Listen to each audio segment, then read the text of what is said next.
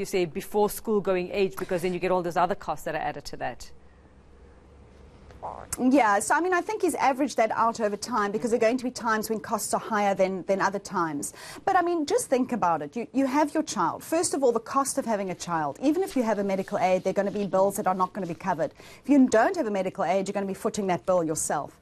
Then the child's born. And even if you're breastfeeding, there's things that come out the other end of the child that cost a lot of money. Nappies. I worked out, you spend about 800 Rand a month on nappies. Then there's wipes, bum cream. So you're probably at about 1,200 Rand just for that part of the baby. And then, of course, who's going to look after the child? So is a parent going to stop working? So there's a drop in income, hire a nanny, send the child to creche. Creche starts at 1,500 up to 4,000, depending on where you send your child. So immediately, right from the beginning, there's going to be costs incurred. And then, of course, once the child starts, entering school, there's school fees. You're starting maybe at a fee-based government school at 2,000 Rand a month, up to 10,000 Rand a month if you're going private. Groceries, clocking in maybe 2,000 Rand a month, 800. I work out about even a basic hospital plan for a child, 500-600 Rand a month.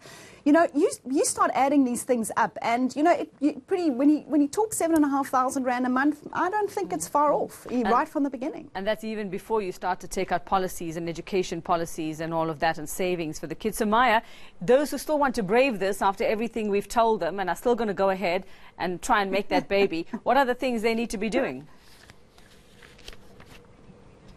So I think the first step is to actually understand, is to have a budget, to understand even from day one, what is it going to impact, how is it going to impact your budget, how are you going to accommodate those additional costs?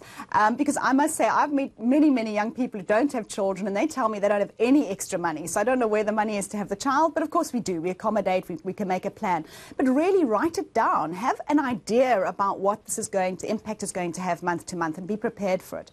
The other thing I'd really recommend is clear your debts, because, I look at somebody, you're driving a 5,000-6,000 Rand per month repayment on your car. That is your child's education. So you're going to have to start weighing up these things. Do you buy the new car, or do you educate your child to the best of your ability? So I think getting rid of your short-term debt.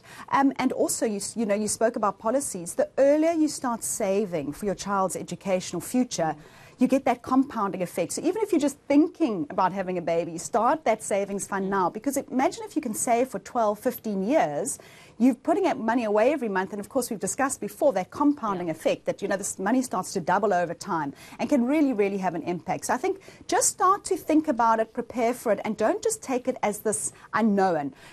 Put more effort into, the decision to have a child than you would to buy a house or a car. And for every birthday after that, just say, no toys, just money, please. Thanks very much, Maya Fisher-French. If you're planning to have a baby, those are the things you need to think about. So